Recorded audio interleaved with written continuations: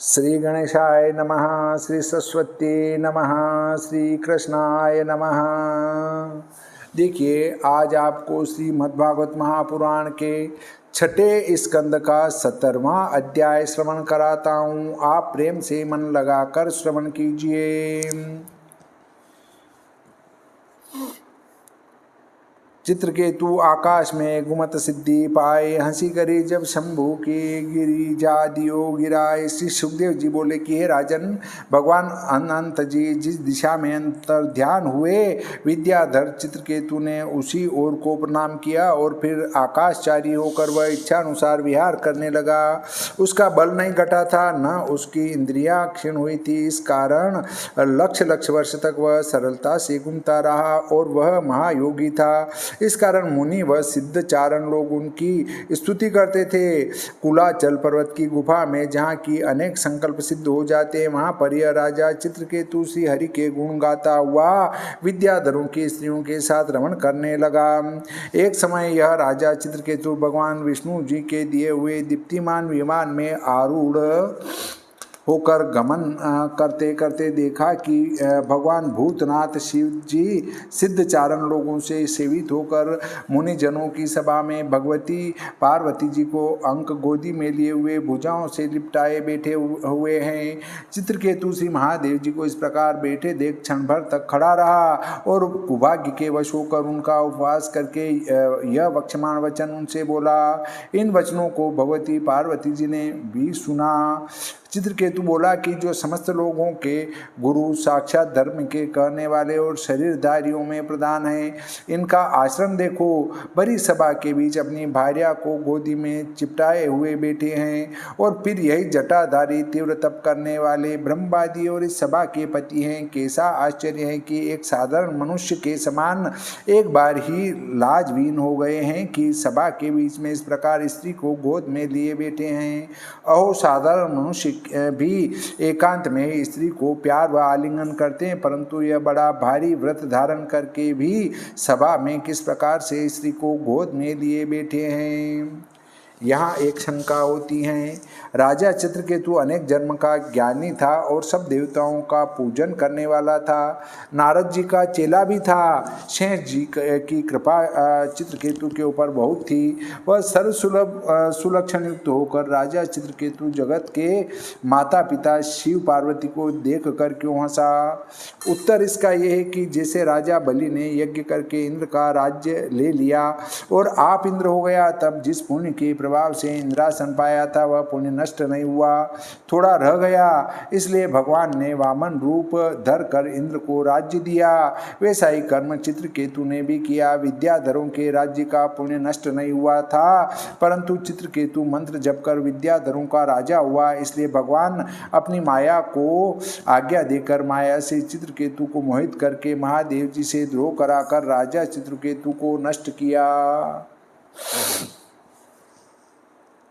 श्री सुखदेव जी बोले कि हे राजा परीक्षित, भगवान भूतनाथ शिव जी का मन अत्यंत गंभीर है। वे चित्रकेतु के यह वचन सुनकर कुछ हंसकर चुप हो रहे। उस सभा में जितने सभ्य लोग बैठे थे उनमें से कोई कुछ न बोला और सभी महाराज भोलानाथ के अनुरागी होकर चुप रहे। परंतु चित्रकेतु को ऐश्वर्य की प्राप्ति होने से विजाति गर्व उत्पन्न हो गया और मैंने इंद्रियों को जीत लिया है, इस बात का उसको अभिमान भी था। इसलिए भगवान महादेव जी के प्रभाव को न जानकर उसने इस प्रकार के अमंगल वचन बार बार कहे कि जिनको भगवती पार्वती जी न सह सकी और क्रोध प्रकट कर बोली। पार्वती जी बोली कि यह पुरुष क्या इस समय लोगों का शासन करने वाला है या दंडधारी प्रभु है? इसको हम अपने समान लोगों का अत्यंत ही विरोधी देखती हैं। यह तो कोई बड़ा दुष्ट और लाज रहित है। कैसा आश्चर्य है, कमल योनि ब्रह्मा जी धर्म को नहीं जानते। ब्रह्मा जी के पुत्र भृगु व नारद आदि को धर्म का ज्ञान नहीं। सनत कुमार और कपिल मुनि भी धर्म के जानने वाले नहीं। महादेव जी महाराज शास्त्र का उल्लंघन करके चलते हैं और क्या क्या यह समस्त मुनि उनका निवारण नहीं कर सकते? फिर किस कारण यह दुष्ट खोटे वचन कह रहा है? और जिनके चरण कमल ब्रह्मा जी से भी धोने योग्य, जो समस्त मंगलों के मंगल अर्थात परम धर्म मूर्ति हैं, यह नीच क्षत्रिय विद्याधर समस्त देवताओं के स्वामी भगवान को कुछ न समझकर शासन करता है, इस कारण यह दंड देने योग्य हैं। साधु लोग सदा जिस वैकुंठ में भगवान के चरण के निकट जाने की इच्छा करते हैं, यह पुरुष उस वैकुंठ के योग्य नहीं, क्योंकि इसको मैं बड़ा हूँ, इस प्रकार का अहंकार उत्पन्न हुआ है। इसी कारण से इसमें नम्रता भी नहीं है। इस प्रकार भगवती पार्वती जी स्वयं चित्रकेतु के दंड को विचार उसे पुकार करके बोली कि हे पुत्र, तुमको दुर्मति उत्पन्न हुई है, जाओ और पापी यसी आसुरी योनि को प्राप्त हो। ऐसा होने से बड़े पुरुषों का अपराध करने में फिर तुम्हारा साहस नहीं होगा। श्री सुखदेव जी बोले कि हे भारत, चित्रकेतु को जब इस प्रकार पार्वती जी ने शाप दिया, तब वह उसी समय विमान से उतरा और मस्तक झुकाकर सती जी को प्रसन्न करने के लिए यत्न करने लगा। चित्रकेतु बोला कि हे अम्ब, जो आपने शाप दिया उसको मैं दोनों हाथों से मस्तक पर चढ़ाता हूँ। हे मात, देवता लोग मनुष्यों के प्रति जो कुछ कहते हैं वह प्राचीन कर्म उस पुरुष को अवश्य ही प्राप्त होते हैं। यह संसार चक्र का स्वभाव ही है, इसमें आश्चर्य की कोई बात नहीं। जीव अज्ञान से मोहित होकर संसार रूपी चक्र में घूमता हुआ सदा सर्वत्र जो सुख और दुख भोग करता है, स्वयं वह और उस सुख का करता नहीं है। जो पुरुष अज्ञानी हैं वही इस विषय में अपने को अथवा दूसरे को कर्ता कहकर मानते हैं। इस कारण आपने जो हमको शाप दिया, इस विषय में आपका व हमारा कोई दोष नहीं है, परंतु माँ यह संसार समस्त मायामय गुणों का प्रवाह स्वरूप है। इसमें शाप क्या है अथवा अनुग्रह क्या है, स्वर्ग क्या है, वरन सुख दुख भी क्या है। एक परमेश्वर निमित्त भूत माया से प्राणियों के और उनके बंधन मोक्ष व दुख की सृष्टि किया करते हैं, परंतु वह स्वयं निष्फल अर्थात बंधन शून्य है। यद्यपि भगवान का प्यारा कुप्यारा, जाति अथवा बंधु पराया अपना कोई भी नहीं है, क्योंकि सर्वत्र समान है और संग रहित हैं, इसलिए उनमें अनुराग भी नहीं है। और फिर भला उनमें अनुराग का स्वामी रोष किस प्रकार से हो सकता है? तो भी उनकी माया से जो समस्त विसर्ग अर्थात पुण्य पापादि रूप कर्म होते हैं, वही शरीरधारियों के सुख दुख हित अहित बंधन मोक्ष जन्म मृत्यु और संसार के निमित्त समर्थ हुआ करते हैं। इस कारण हे माता पार्वती, आप प्रसन्न हो। केवल यही प्रार्थना है, यह विनती में कुछ शाप छुड़ाने के लिए नहीं करता हूँ। माँ, मैंने तो साधु उक्ति ही की थी, परंतु उससे जो तुम अपने आप को असाधु समझ गई हैं, सो यही मेरा अपराध, आप क्षमा करें। श्री सुखदेव जी बोले कि हे शत्रुदमनकारी राजन चंद्रकेतु के इस प्रकार से भवानी और महादेव जी को प्रसन्न करने के वचन सुन गौरी और गिरीश महादेव को अत्यंत विस्मय उत्पन्न हुआ। इसके पीछे चित्रकेतु उन विस्मित देव देवी के सम्मुख ही अपने विमान पर बैठकर चला गया। उसके पीछे रुद्राणी से श्रवणकारी देवर्षि दैत्य सिद्ध और पार्षद गणों के सामने ही भगवान रुद्र यह वचन बोले। श्री रुद्र जी बोले कि हे सुंदर कटी पश्चात भाग वाली अद्भुत कर्मकारी भगवान हरि के भक्तगण कैसे महात्मा और कैसे श्रद्धा सहित होते हैं, उनका महात्म्य अब तुमने प्रत्यक्ष देखा।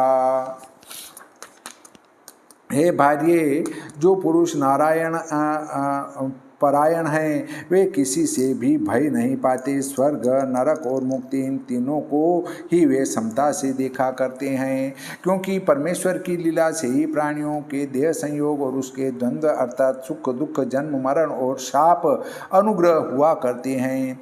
इन सब सुख दुखादिकों के बीच में गुण दोष विकल्प अर्थात इष्टानिष्ट भेद जो कुछ भी प्रकाश पाता है, वह पुरुष के आत्मा में सुखादि भेद स्वप्नावस्था में जिस प्रकार अविवेककृत होते हैं, वैसे ही अज्ञानकृत जानना, और माला में जिस प्रकार सर्पमाला आदि भेद अज्ञानकृत होता है, वैसे यह अविवेककृत जानना। हे देवी, जो पुरुष भगवान वासुदेव में भक्ति करते हैं, वह ज्ञान और वैराग्य के वीर्य संपन्न हैं, उनमें यह अच्छा है। ऐसी बुद्धि में आश्रय करने वाला अर्थ नहीं है, अर्थात उनको किसी के आश्रय की इच्छा नहीं है। यह पुरुष चित्रकेतु भगवान का दास हैं। इस कारण इसमें ऐसी उदारता होना विचित्र नहीं है। हे देवी, भगवान हरि के महात्म्य का वर्णन करें। हम रुद्र, ब्रह्मा, सनत कुमार, ब्रह्मसूत, नारद आदि ऋषि, प्रधान प्रधान देवगण, हम सब लोग भी जबकि उनकी लीला को नहीं जान सकते, फिर भला देवता जो उनके अंश होने पर भी अपने को पृथक पृथक ईश्वर कहकर मानते हैं, वे लोग किस प्रकार से उनके स्वरूप को जान सकते हैं। परंतु उन भगवान हरि का न कोई प्यारा भक्त है, न कोई कुप्यारा है, न कोई अपना, न कोई पराया है। यह सर्व प्राणियों के आत्मा, इस कारण आप ही सब प्राणियों के प्रिय हैं। परंतु यह महाभाग चित्रकेतु उन्हीं हरि का प्यारा भक्त है, क्योंकि यह पुरुष शांत और सबको बराबर देखने वाला है। हे सती, हम भी उन्हीं अच्युत से प्रेम किए हुए हैं, इस कारण से इसके ऊपर हमको क्रोध नहीं हुआ। अतः हे देवी, तुम विस्मय को छोड़ दो। यह सब महात्मा पुरुष महापुरुष के भक्त शांत और सबको समदृष्टि से देखने वाले हैं, इस कारण इनका स्वभाव एक ही रूप का है। श्री सुखदेव जी बोले कि हे राजन, भगवान महादेव जी के यह वचन सुनकर भगवती पार्वती जी ने विस्मय छोड़कर अपने चित्त को सावधान किया।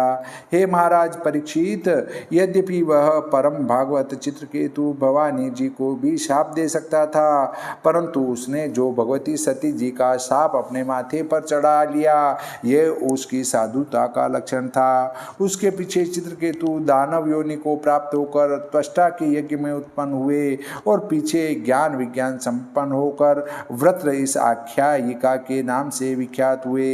हे राजन, वृत्र की असुर भाव से उत्पत्ति और भगवान में मति होने का कारण जो आपने पूछा, वह हमने तुम्हारे सामने वर्णन किया। मतलब जो वृत्रासुर पहले मारा गया पूर्व के अध्याय में, वो चित्रकेतु महाराज थे और पार्वती माता के श्राप से वृत्रासुर बने थे। यहाँ एक शंका एक आख्यान आता है, शिव जी ऐसे दयालु हैं कि एक शिवालय में किसी ने 5000 रुपये के मूल्य वाली स्वर्ण घंटी चढ़ाई। यह देखकर एक चोर ने रात्रि में उस घंटी के चुराने का विचार किया, परंतु जब वह चोर शिवालय में गया तब घंटी उसके हाथ से एक हाथ ऊंची निकली। तब चोर पिंडी पर चढ़कर घंटी उतारने का यत्न करने लगा, तब वरम ब्रूहि यह शब्द हुआ। तब चोर बोला, कौन है? तब सदाशिव बोले कि हम हैं, हमारा घंटा क्यों उतारते हैं? जा, यहाँ से थोड़ी दूर पर वट वृक्ष हैं, उसके नीचे 20,000 रुपये गड़े हैं, तू निकाल लेना। मैं तुझ पर अत्यंत प्रसन्न हुआ, कारण कि और कोई तो मुझ पर पुष्प और जल ही चढ़ाता है, परंतु तूने तो मुझ पर अपना सब शरीर ही चढ़ा दिया है। तुझे धन्य है सदाशिव को धन धन भोलानाथ, तुम्हारे कोड़ी नहीं खजाने में 3 लोक बस्ती में बसाए, आप बसे वीरान में। मतलब भगवान के ऊपर चढ़ने से भी भगवान खुश हो गए कि लोग तो फूल चढ़ाते हैं, कुछ भी पत्ते चढ़ाते हैं, और तू तो पूरा का पूरा मेरे ऊपर चढ़ गया है, इसलिए मैं तेरे ऊपर बहुत प्रसन्न हूँ। हे कौरवेश, महात्मा चित्रकेतु का यह पवित्र चरित्र जो भागवत लोगों के महात्म्य से परिपूर्ण है, उसके सुनने से मनुष्य बंधन से छूटकर मोक्ष को प्राप्त होते हैं। जो मनुष्य प्रातः काल उठकर भगवान हरि का स्मरण करके वाणी को वश में कर श्रद्धा सहित इस इतिहास का पाठ करते हैं, उसकी परम गति हो जाती है। वह ऐसे कहने लगता है। श्रीमद्भागवते महापुराणे षष्ठ स्कंदे भाषा टीकायां पार्वती शापेन चित्रकेतुरसुरभाव वर्णनम नाम सप्तदशोऽध्यायः। श्री सरस्वती मैया की जय, श्री गणपति जी महाराज की जय, श्री कृष्णचंद्र भगवान की जय, श्री रामचंद्र भगवान की जय, बजरंग बली की जय।